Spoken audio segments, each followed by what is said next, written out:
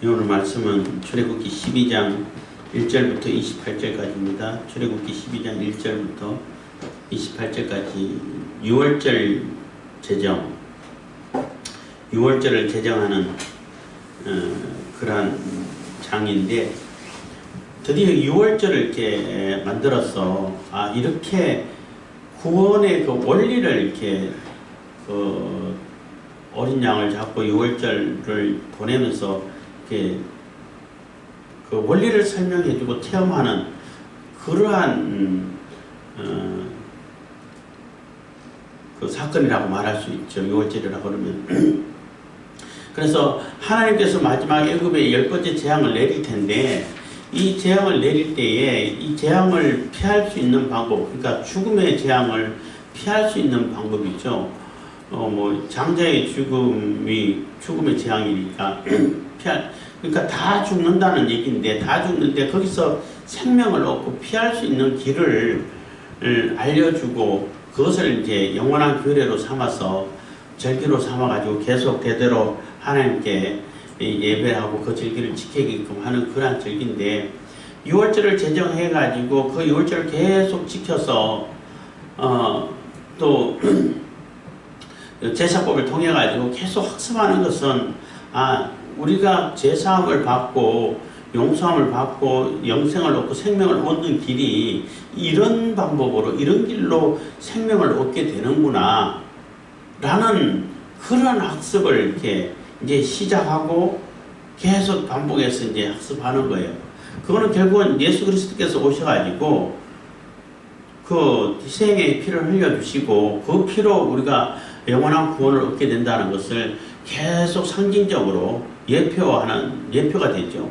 상징적으로 계속 반복 학습하게 되는, 앞으로 절기를 지키면서 그렇게 되는 것인데, 이스라엘 백성들이 애굽에서 처음 전혀 그전에는 그런 생각들이 없었고 거기에 대한 구체적인 어떤 개념조차도 없었다고 말할 수 있는데, 어렴풋이 번제를 드리고 할 때는 어렴풋이라도 있긴 있었지만은 구체적으로 이런 방법으로 이렇게 되는구나 라는 것이 경험이 없단 말이에요.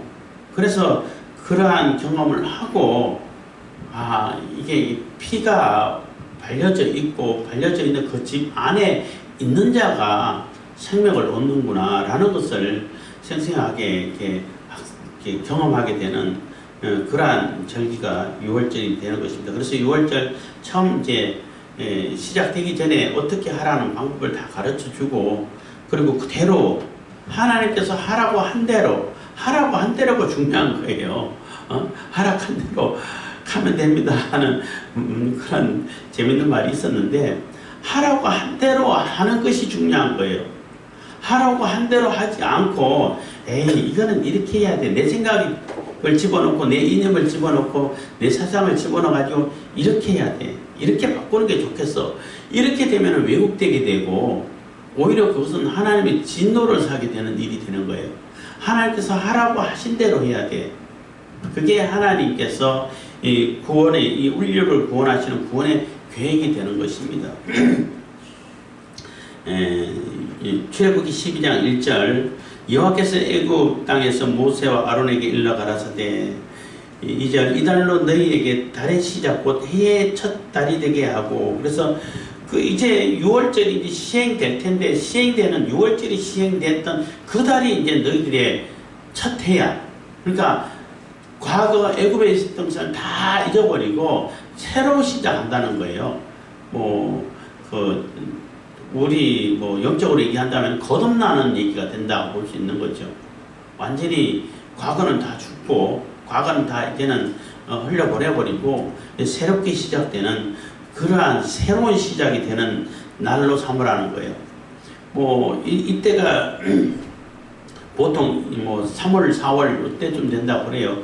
춘분이 있는 때죠. 보통 어디에 있는 사람, 어떤 지역에는 춘분을 기준으로 새해를 시작하고, 어떤 데는 하지, 동지 이런 걸 기준으로 새해를 시작하고 이런 얘기가 있는데, 어쨌든 그거하고는 그렇게 굳이 연관 지을 필요는 없고, 어쨌든 이스라엘 백성들이 애굽에서 430년 동안 거주하다가 한 100년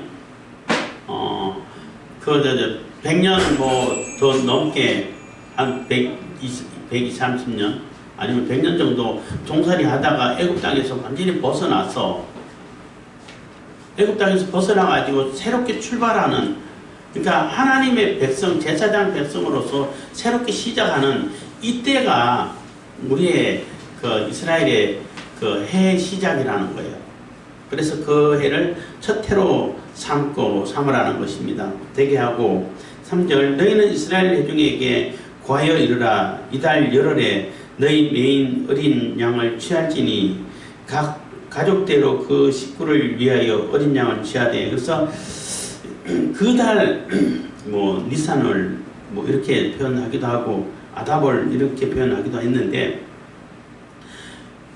그 달 열흘 10일 돼 가지고 어린 양을 하나 딱 선택해놔. 그래서 바로 잡는 것이 아니라 4일 동안 이렇게 잘 살펴보고 같이 이렇게 지내게 해. 같이 지내면 한 2, 3일만, 하루 이틀만 지나도 정드는데 4일 동안 정들었을 텐데, 그때 아이들 보는 앞에서 다 보내서 그 양을 잡아야 돼. 얼마나 마음이 아프겠어요, 사실은. 양도 또 1년 된 양이기 때문에 한참 예쁠 때잖아. 하여튼 그래서 열흘에 너희 메인 어린 양을 취할지니 각 가족대로 그 식구를 위하여 어린 양을 취하되, 그 어린 양에 대하여 식구가 너무 적으면 그 집 이웃과 함께 인수를 따라서 하나를 취하며 각 사람의 식량을 따라서 너희 어린 양을 계산할 것이며. 그래서 이 어린 양 6월절의 식사는 내가 배고파서 허기를 채우기 위해 가지고 먹는 식사가 아니에요. 물론 뭐 배도 고플 수도 있겠지만은 갑자기 이거는 전혀 딴 얘기인데 아직게 그 비슷한데 어떤 음식을 시켜 먹는데 맛이 너무 없었어. 댓글을 써야 되는데 그랬어. 저한테 물어보길래 허기를 잘 때웠습니다. 이렇게 하니까 막 웃으면서 안 된다고 그랬는데, 허기를 때우기 위해 가지고 먹는 식사가 아니에요. 그리고 6월절 식사는 굉장히 의미가 있고, 그래서 예수님께서 이 살은 내 살이다, 이 잔은 내 피다 라고 했던 것처럼 예수님의 피와 살을 상징하기 때문에 이거는 그냥 허기를 때우기 위해서 먹는 식사가 아니에요. 그렇기 때문에 이거 뭐 너무 많아도 문제고 적으면 나눠 먹으면 되니까, 적으면 차라리 괜찮은데 많으면 문제예요. 그래서 다 태우라 그러는데, 이 어린 양, 1년 된 어린 양을 한 마리 잡으면은 몇 명이나 먹을 수 있을 것 같아요? 보편적으로 한 8명에서 10명까지 먹는다고 그래요. 어떤 사람은 4명 하니까 욕심도 많지 누가 그러시더라고. 그런데 한 8인에서 10인 정도가 먹을 수 있는 양이 된다고 그러는데, 그러면은 4인 가족이라든지 2인 가족이라든지 이런 사람들이 있으면은 안 되는 거예요. 그래서 2집, 3집 이렇게 같이 모아가지고, 그래서 빠지는 사람이 없도록 여기서 그 공동체에서 6월절에서 제외되는 사람이 없도록 이렇게 다 같이 하나가 되고 하고, 그리고 그 6월절 어린 양을 잡았을 때 각 뜨지를 않고 통구이라고 말하잖아요. 통으로 이렇게 구워가지고 이렇게 하는 것 같더라고. 뭐 여기 구체적으로 뭐 어떻게 나오지 않고 뭐 각 뜬다는 얘기는 없잖아요. 그래서 예수님이 이게 뭐 뼈가 꺾이지 않는다는 그 예언하고 이게 통하는 것이고, 또 예수님께서 이거는 내 살이다, 내 피다라고 얘기하고 내 음료다라고 얘기하는 것 가장 큰 이유 중에 하나가, 여러분들 잘 생각해 보세요. 우리 육신이 살려고 하면은 음식을 먹어야 돼. 빵을 먹고 또 물을 마시고 해야 돼. 그래서 그 음식이 들어가지고 우리 몸에 들어가지고 영양분이 섭취돼가지고 우리 육신의 생명이 살잖아요. 그것처럼 예수 그리스도의 피와 살이, 예수 그리스도의 그 구속의 사역이 우리에게 영접되고 들어와야 우리가 살 수 있다는 그러한 대비되는, 비교해가지고 그러니까 교훈 주는 그러한 그 개념인 거예요. 그렇게 이해를 해주시면 되는 겁니다. 그래서 어린 양을 계산할 것이며 5절입니다. 너희 어린 양은 흠없고 일련된 수컷으로 하되 양이나 염소 중에서 취하고, 그래서 취할 때에 어린 양은 흠없고 일련된 수컷으로 하라는 얘기예요. 일련됐다는 얘기는 가장 이렇게 생명력이 이제 뛰어나고 이렇게 활발하고 가장 이렇게 예쁘고 이게 잘 이렇게 뭐라 그럴까 이게 뭐 그 자라는데 활동력이 있는 그런 정도의 양이 되는데, 하여튼 어린 양 일련된 흠없고, 그리고 흠없고 일련된 수컷으로 하되 양이나 염소 중에서 취하고, 그래서 반드시 양으로 하는 게 아니라 염소도 가능하고 나중에는 송아지도 가능하고 이렇게 가능했는데 그 흠없어야 된다는 거예요. 그러니까 죄를 속하는데 다른 사람들을 대신해서 죄를 이렇게 내가 대신 지는데 흠이 그 사람 자체에 죄가 있으면은 대속이 안 되잖아요. 그렇잖아요. 그러니까 예수 그리스도 외에는 우리 인류를 대신할 수 있는 자가 없는 거예요. 왜냐하면 다 자기 죄가 있는데 그 자기도 지코가 성자인데 누구를 어떻게 대속해 줄 수 있겠어요. 그래서 인간 중에는 없어요. 그래서 오늘 갈라디아서 할 때도 그 율법이 나쁜 게 아니야. 율법은 의로운 거예요. 율법은 선한 거예요. 하나님께 주신 거이기 때문에. 율법을 통해서도 구원받을 수 있냐면 있어요. 어떻게 받을 수 있냐면은 율법이 요구하는 그 하나님이 율법을 통해서 요구하는 그 요구 사항을 다 충족시키면은 하나님께서 의롭게 여겨 주셔요. 의롭다고 인정해 주시고 구원해 주셔. 근데 그럴 사람이 있냐면 없다는 거지. 율법의 그 요구를 다 충족시킬 수 있는 존재는 사람은 없다는 거예요. 아무리 율법을 열심히 지켜도 그 중에 하나만 삐끗해도 율법을 어긴 것이 돼.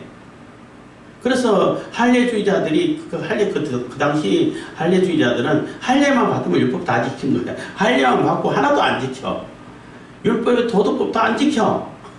의식법 다 끝났다 해도 안 지켜. 다른 것도 안 하고 할례만 해. 그리고 다 지켰다고 얘기하는 거예요. 그래서 어떤 분이 그런 비유를 들더라고.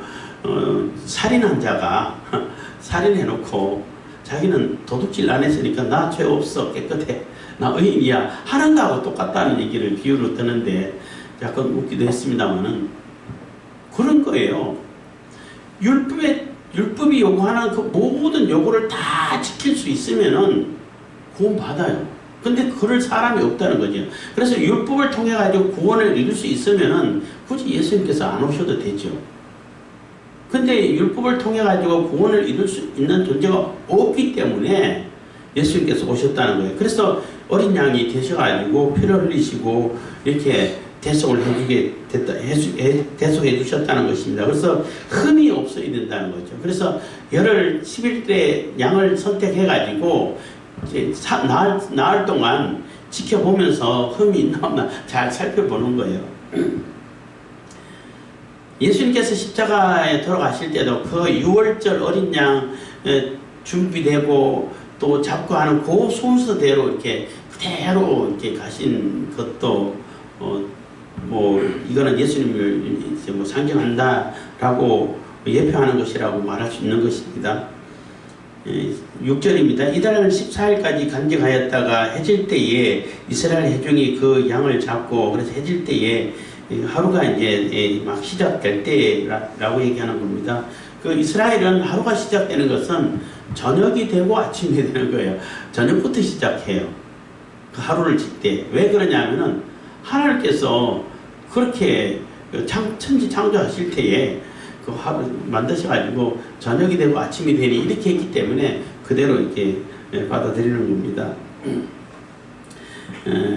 7절입니다. 그 피로 양을 먹을 집 문 좌우 설주와 임방에 바르고, 먹을 집 문 좌우 설주라는 얘기는 문 열고 닫을 때에 문 기둥 있잖아요. 그게 설주예요. 그 위에 걸쳐지는 것이 임방이라고 그래요. 거기에 다 발라라는 것입니다. 8절 그 밤에 그 고기를 불에 구워 무교봉과 쓴나물과 아울러 먹되, 무교봉은 이제 누룩을 넣지 않는 것인데, 사실 누룩 넣지 말라는 얘기는 누룩 해가지고 이게 부풀리게 하면 시간이 오래 걸리잖아요. 그럴 시간이 없다는 거예요.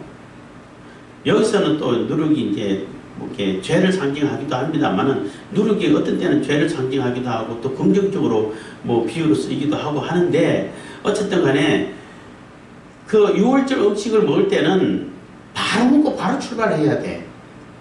그러려면 물 넣고 삶고 이러면 안 돼. 바쁘다 해갖고 생으로 또 먹고 그것도 안 돼.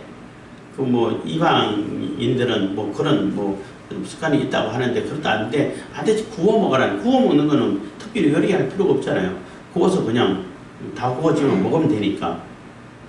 그리고 이제 그러니까 무교봉, 그러니까 이게 무교봉은 그 반죽이 이렇게 해가지고 그 이스터 같은 거 누룩을 안 넣기 때문에 부드럽지가 않아. 딱딱해. 근데 얇게 펴가지고 구우면 그 누룽지 먹는 것처럼 그렇다고 그러더라고요. 바삭바삭하긴 하다는데, 어쨌든 그렇게 해서 바로 먹을 수 있도록, 그것도 반죽해가지고 바로 구우면 되니까 시간이 얼마 안 걸리잖아요. 그리고 쓴나물은 왜 쓴나물 같이 먹으라는 얘기를 하면은, 쓴나물도 쓴기 빼고 하면 시간 걸리니까 그냥 먹으라 하는데, 이 쓴나물은 그동안 괴로웠던 거, 고난했던 거, 그걸 잊어버리지 말라는 거예요. 애굽에서 얼마나 고생했어요. 그 고생 잊어버리지 말라는 것입니다. 쓴나물과 아울러 먹되 9절입니다. 난로나 물에 삶았으나 먹지 말고 그 머리와 정강이와 내장을 다 불에 구워 먹고, 그래서 전체적으로 다 구워서, 뭐 어쨌든 간에 먹을 수 있는 것은 다 구워서 먹으라는 얘기인 것입니다. 아침까지 남겨두지 말며 아침까지 남은 것은 곧 소화하라. 그래서 이거는 그냥 허기를 채우기 위해서 먹는 것이 아니기 때문에, 혹시 먹다가 남으면은 다 불태워서 없애라는 겁니다. 이게 거룩한 것이기 때문에 함부로 취급되지 않게 하기 위해 가지고 그렇게 하라는 것입니다. 그래서 이 거룩한 거 얘기하니까 성찬식 얘기해서 잠깐 얘기하고 싶어서 얘기하는데, 성찬식을 다 행하고 남는 빵이나 포도주 그거 어떻게 처리해야 되냐. 우리 신학교에서 배울 때는 이게 땅에 묻으라 그랬거든요. 땅에 묻으라 그랬는데 도시 생활하는 우리들은 묻을 땅이 없어. 다 아스팔트고 토장이고 해가지고 팔 수가 없어요. 그럼 어떻게 해야 돼? 그러다 보니까 제가 뭐 광명에 있을 때라든지 볼 때 그냥 뭐 어차피 다 끝났는데 하고 쓰레기통에 버려버리더라고. 하수구에 버려버리더라고요. 그래서 저건 아니다, 이런 생각 들었었어요. 뭐 어떡하겠어요. 남는 거. 그래서 제가 생각할 때 우리 교회에서는 그렇게 하기로 했어요. 그냥 남는 거는 그냥 교역자들이, 뭐 목사님, 전사님들이 끝나고 경건한 마음으로 먹어서 섭취해서 그냥 처리하자 하고 우리 교회는 그렇게 처리를 하고 있어요. 그리고 성찬식 할 때 한때는 그런 붐이 있었잖아요. 예수님이 떡 떼주실 때 잘게 썰어가지고 한 짝씩 준 게 아니고 커다란 빵을 이렇게 뜯어줬다. 우리도 그렇게 하자. 뭐 포도잔도 한 장 크게 사발에 해가지고 한 모금씩 마시자. 이런 의견들이 있었어요. 그리고 막 그렇게 실행하는 자들도 있었는데, 요즘은 뭐 전혀 얘기 안 나오는데, 요즘은 위생 개념이 있어가지고 작은 잔에다가 또 잘게 썰어가지고 각자 먹는 것이 그게 맞는 것 같아요. 뭐 굳이 안 뜯어도. 그래서 우리는 그렇게 하고 있다는 것을 뭐 잠깐 말씀드립니다. 어쨌든 11절입니다. 그래서 거룩한 것이기 때문에, 특히 천주교 같은 경우는 화채술을 주장하잖아요. 실질적으로 예수님의 피고 살이야. 그렇기 때문에 절대 훼손되면 안 돼. 그리고 포도주를 이렇게 하다가 쏟으면 큰일 나잖아요. 그래서 떡만 입에 하나씩 넣어주고 포도주는 신부님 혼자 대표로 다 드셔. 하여튼 그러는데, 그만큼 거룩한 것이기 때문에 남겨두지 말라는 거예요. 다 불태우라는 겁니다.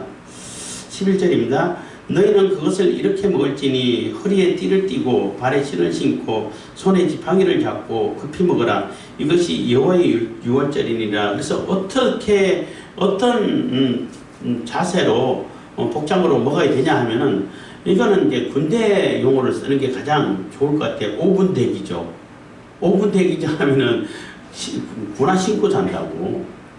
다 뒤차고 군화 신고, 그리고 총 옆에 두고, 그리고 잠깐 자다가 걸리면 바로 일어나서 갈 수 있도록 이렇게 자거든요. 그것처럼 말하는 거죠. 쉽게 얘기하면은.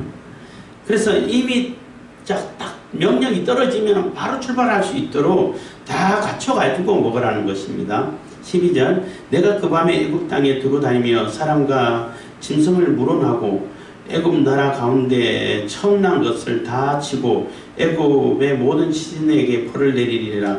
나는 여호와로라 해서, 그래서 그 밤에 하나님께서 두루 다니면서 다 죽일 건데, 이 장자를 죽인다는 얘기는 다 죽인다는 얘기와 마찬가지. 대표를 일단 죽는 거예요. 그래도 말 안 들으면 다 죽이겠죠. 어쨌든 짐승이고 사람이고 그러니까 여기서 말하는 짐승은 가축을 얘기하는 거예요. 저기 야생 짐승은 포함 안 되죠. 물론하고 애굽 가운데서 처음 난 것을 다 치고 애굽의 모든 신들에게 벌을 내린다는 얘기는 내가 장자를 다 죽일 거야. 그러니까 애굽에 많은 신들이 있지. 태양신이 제보가 했는데 태양신도 죽었다가 이제 3일 만에 결국은 벗어나긴 했는데, 어떤 신이든지 이 재앙을 면하거나 벗어날 수 있는 신이 있으면 한번 해봐 하는 얘기가 되는 거예요. 그 얘기는 바꿔 얘기하면은 애굽에서 너희들이 신이라고 생각하는 그 존재들은 다 가짜야, 신이 아니야 하는 얘기가 되는 거죠. 그래서 내가 장자를 다 죽일 건데 이 하나님의 그 재앙을 피해가지고 그것을 면하고 대응해가지고 막아가지고 그 피할 수 있는 존재가 있는지 한번 찾아봐 하는 얘기도 돼요. 그래서 그거 못하면 다 가짜죠. 그렇잖아요. 그렇기 때문에 다 헛된 신이라고 말할 수 있는 것입니다. 그래서 그 뭐 영화에 보면은 그 바로를 역할을 한 율브린드가 했다고 그러는데 나 구체적으로 안 봤지만 그 자기 아들 죽었는데 자기가 생기는 신 앞에 갖다 눕혀놓고 반드시 살릴 거다 했는데 못 살고 그냥 죽죠. 그리고 그 바로의 후계자가 되는 그 다음 왕이 되는 왕은 바로는 둘째 아들이라고 그래요. 그 둘째 아들은 권력 투쟁하다 변방으로 떠돌다가 갑자기 첫아들이 죽었대. 왜 죽었는지는 이유를 얘기 안 한다고 그러는데 갑자기 죽고 다시 이제 들어와가지고 왕이 됐다 뭐 이런 얘기가 역사에 기록이 있다고 그러는데, 하여튼 그래서 모든 이제 신들을 벌할 것이라는 겁니다. 13절 내가 애굽 땅을 칠 때에 그 피가 너희의 거하는 집에 있어서 너희를 위하여 표적이 될지라. 내가 피를 볼 때에 너희를 넘어가리니 재앙이 너희에게 내려 멸하지 아니하리라. 그래서 내가 애굽 땅을 칠 때에 그 피가 너희 거하는 집에 있어서 너희를 위하여 표적이 될지라. 내가 피를 볼 때에 너희를 넘어가리니 재앙이 너희에게 내려 멸하지 아니하리라. 그래서 이 집에 재앙이 임할 것인지 임하지 않을 것인지, 그러니까 죽을 것인지 살릴 것인지, 죽일 것인지 살릴 것인지를 뭘로 판단한다는 거예요? 피를 보고 판단한다는 거예요. 이 집은 이스라엘 집이지 넘어가. 이 사람은 애굽 집이지 죽여. 이게 아니라는 얘기예요.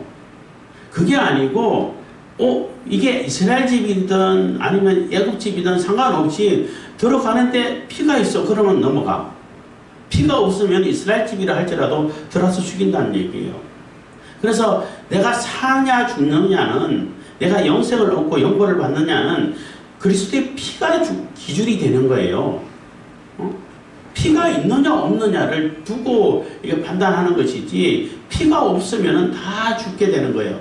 그래서 예수 그리스도의 피가 우리를 구원 얻는다는 것이 여기서 이렇게 이해가 되고 학습이 되는 거예요. 그 하나님께서 예표를 하시는 거죠.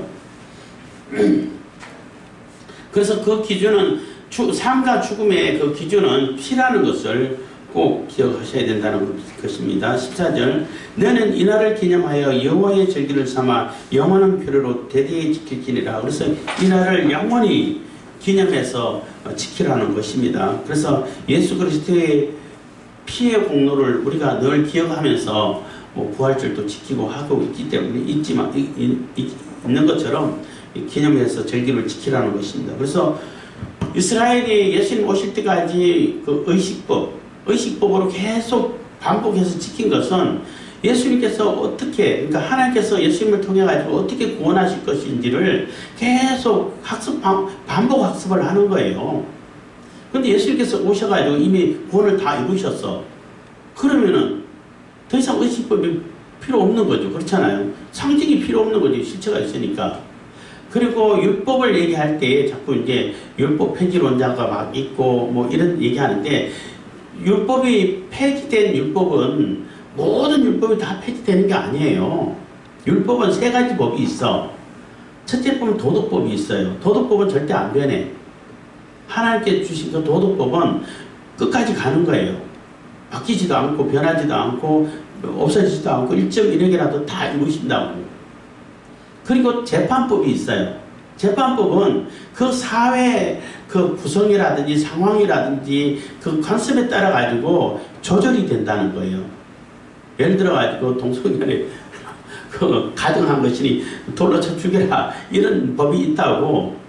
그런데 우리 사회에서는 굳이 그렇게 할 필요는 없잖아요. 그건 어떤 분은 그거 정신병이야, 치료받아야 돼 이렇게 얘기하는데 저도 그 말에는 동의가 돼요. 그리고 뭐 다른 일을 할 때 뭐 다 죽이라 그랬는데 그 죄의 경중에 따라 가지고 벌을 더 주고 뭐 교도소 몇 년 아니면 몇 월 뭐 이렇게 조절할 수 있잖아요. 그래서 재판법은 그 사회라든지 상황에 따라 가지고 조절이 되는 것이고, 의식법이 있어요. 율법의 의식법은 제사법이라든지 음식법이라든지 이런 거예요. 그 뭐 할례도 마찬가지고. 그거는 상징하는 바가 있어요. 그렇잖아요. 예수 그리스도를 상징하고 있어요. 그래서 예수님께서 오셔가지고 메시아가 오셔가지고 구원을 다 완성하고 이루셨어. 그러면 더 이상 그 의식법은 다 완성이 됐기 때문에 굳이 그게 적용받을 필요가 없다는 거죠. 그래서 이제 갈라디아서 얘기할 때도 얘기했습니다만은 그 할례파 사람들은 할례만 받으면 율법 다 지킨 거야. 할례만 받으면 뭐 다 지켜. 할례 받았으면은 율법 하나하나가 다 지켜야지. 탐내지 마라까지 다 지켜야지.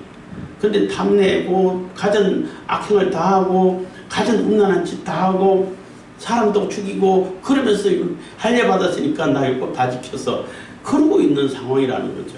전혀. 그래서 할례는 그 당시도 마찬가지고 요즘도 마찬가지예요. 할례는 유대인이냐 아니냐의 구분법이에요. 유대인의 사회 공동체에 들어가지고 유대인으로 살려고 하면은 디모데처럼 받아야 돼, 할례를. 근데 디도처럼 나는 유대인으로 살지 않고 그냥 그리스도인으로서 복음 전하고 싶다. 그러면은 안 받아도 돼. 굳이 받을 필요가 없다는 거죠. 그러니까 구원의 조건은 안 된다는 거예요. 그렇게 이해를 하시면 되는 겁니다. 그래서 할례는 구원의 조건은 되지 않지만은 유대인의 조건은 된다는 거예요. 유대인이냐 아니냐. 지금도 유대인이 되려면은 할례 받고 유대 그거 다 서약을 하고 다 해야 돼. 15절입니다. 너는 7일 동안 무교병을 먹을지니 그 날에 누룩을 너희 집에서 제하라. 무릇 첫날부터 7일까지 유교병을 먹는 자는 이스라엘에서 끊쳐지리라. 그래서 절대 이렇게 부풀려 가지고 누룩이 있는 것을 먹지 말라는 거예요. 바쁘고 한데 거기서 또 쓸데없이 자기 욕심 피운다고 자기 그 입맛을 찾는다고 그럴 여유가 없다는 거죠. 그리고 또 여기서는 뭐 굳이 비유를 한다면 상징한다면은 죄를 상징한다고 볼 수도 있는 거고, 그래서 절대 누룩을 없애라 해가지고 이 6월절이 되면은 지금도 유대인들은 엄청나게 깨끗하게 청소를 하고 다 샅샅이 띄어가지고 뭐 빵 쪼가리라든지 그 누룩이 들어있는, 그러니까 누룩 역할을 할 수 있는 것은 다 없앤다고 그러더라고요. 그렇게 하라는 것입니다. 끊쳐지리라는 얘기는 추방된다는 얘기라고 보시면 돼요. 이스라엘 공동체에서 쫓아내버리겠다는, 더 이상 이스라엘로 안 받아주겠다는 거예요. 그러면은 더 이상 이스라엘 공동체로 하나님의 백성으로 못 살아갈 수 없게 되는 거죠.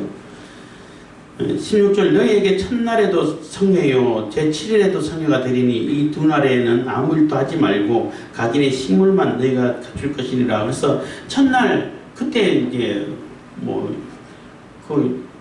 지금은 이제 안식일이 됐죠. 안식일이니까.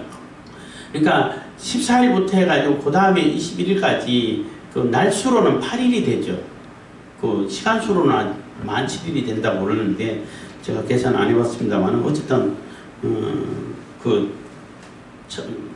그러니까 요즘 6월절 지키는 사람들 보면은 그러니까 안식일부터 시작해 예수님 낙수도 마찬가지고 안식일부터 시작해가지고 다음 안식일까지 이게 6월절 초실절 지키고 아니 6월절 지키고 무교절을 지키는 거예요. 무교절을 지킬 때에 그 안식일이 토요일이잖아요. 유대인들의 안식일이 토요일이야. 근데 토요일 다음 그 다음 일요일은 초실절로 지켜요. 그게 부활절이죠. 거기에 더 길게 얘기는 하지 않고 그렇게 지키라는 것입니다. 그래서 이 첫날하고 마지막 8번째 날하고는 이제 성일로 지키라는 것입니다. 17절 너희는 무교절을 지키라. 이날에 내가 너희 이 군대를 애굽 땅에서 인도하여 내었음이니라. 그래서 하나님께서 이스라엘을 내 백성이다. 이제는 내 군대다. 하나님의 군대다. 라고 얘기해 주시는 거죠. 그러므로 너희가 영원한 규례를 삼아 이날을 대대로 지킬지니라. 그래서 바로는 이스라엘 노예가 내 노예지 여호와의 백성 아니야. 이렇게 계속 싸운 것이죠. 그렇게 여기고 하나님은 내 백성이야. 빨리 보내. 내 안 보내. 그래서 다 간다고 하니까 가지만큼 짐승들만 남겨놓고 어른들만 가 할 때도 내가 다 보내면은 여호와와 함께 보낸 것과 같이 되는데 그 얘기는 여호와 하나님의 백성으로 다 인정하고 다 여호와 하나님께로 다 보내버리는 건데 그건 너희들 나쁜 생각이야. 악하다. 이렇게 표현하잖아요. 바로는 다 짓거라는 거지. 근데 하나님께서는 하나님의 백성이고 하나님의 군대로 쓰시겠다는 것입니다. 18절 정월의 그 달 14일 저녁부터 21일 저녁까지 너희는 무교병을 먹을 것이요. 19절 7일 동안에는 누룩을 너희 집에 있지 않게 하라. 무릇 유교물을 먹는 자는 타국인이든지 본국에서 난 자든지 물론하고 이스라엘 회중에서 끊쳐지리니. 20절 너희는 아무 유교물이든지 먹지 말고 너희 모든 유하는 곳에서 무교병을 먹을지니라. 너희가 있는 그곳이라면 어디라 할지라도 그 기간 동안은 무교병을 먹으라는 것입니다. 그래서 앞으로 절기를 지킬 때도 똑같이 7일 동안 날수로는 8일 동안 무교병을 먹으라는 것입니다.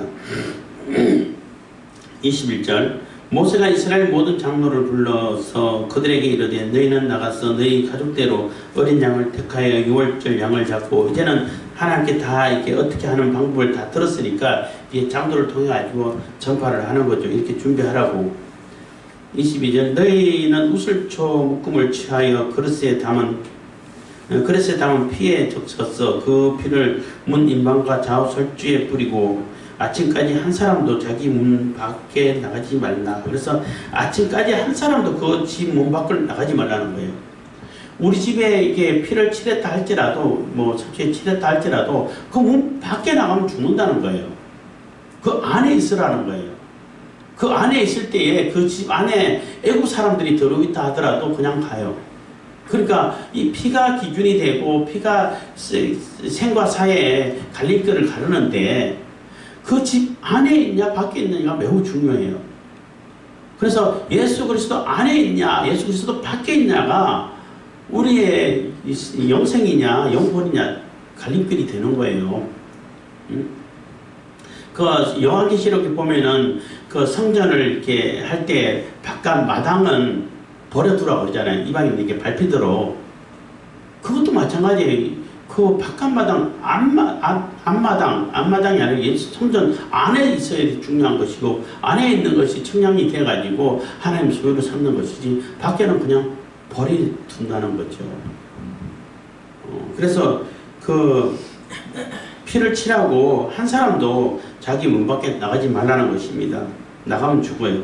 23절 여호와께서 애굽 사람을 치러 두루 다니실 때에 문 임방과 좌우 설주의 피를 보시면 그 문을 넘으시고 면하는 자로 너희 집에 들어가서 너희를 치지 못하게 하실 것임이니라. 그래서 몇 번 강조를 하죠.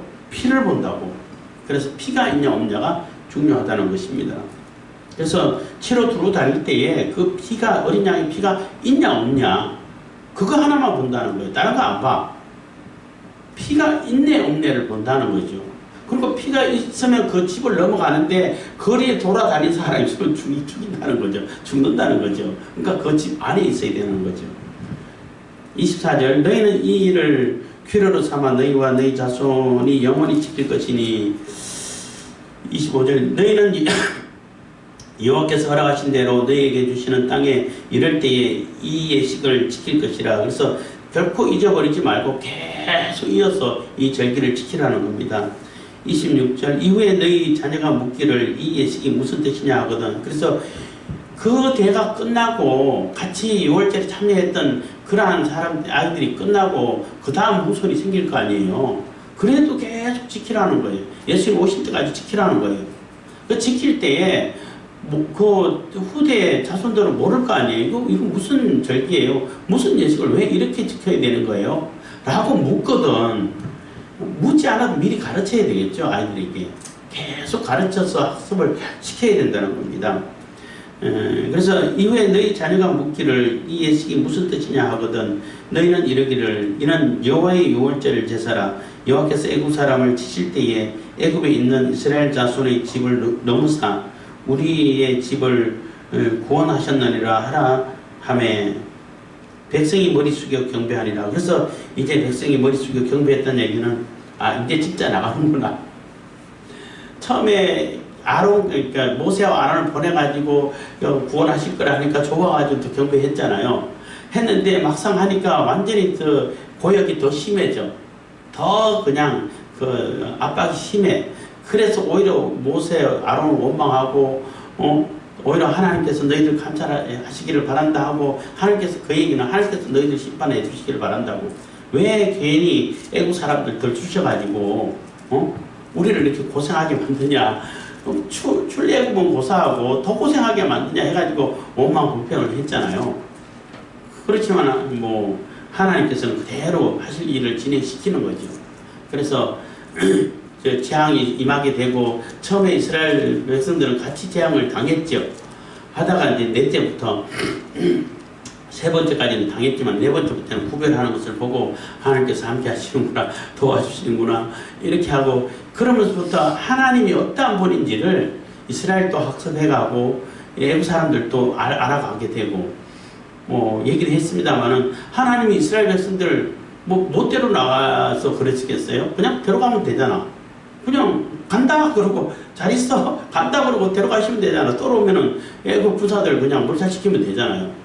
근데 왜 굳이 바로에게 허락을 맡으려고 그래?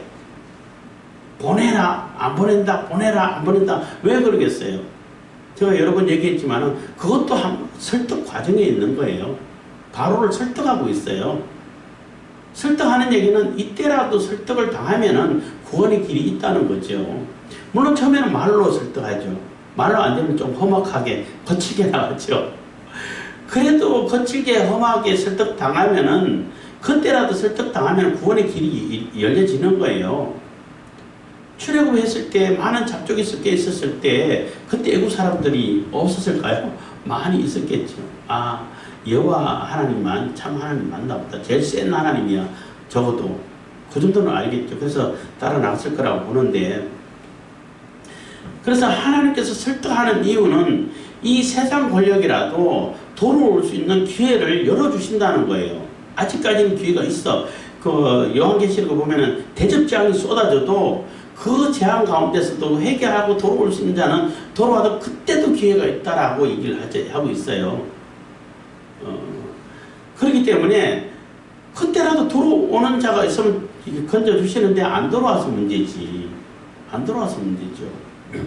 그것처럼 이 세상 권력을 그래도 계속 설득하고 있다는 거예요. 그렇지만 설득을 끝내 거부하면은 저 죽음이 기다리고 있는 거, 심판이 기다리고 있는 거죠. 요한계시록에는 영원한 지옥 형벌이 기다리고 있는 거예요.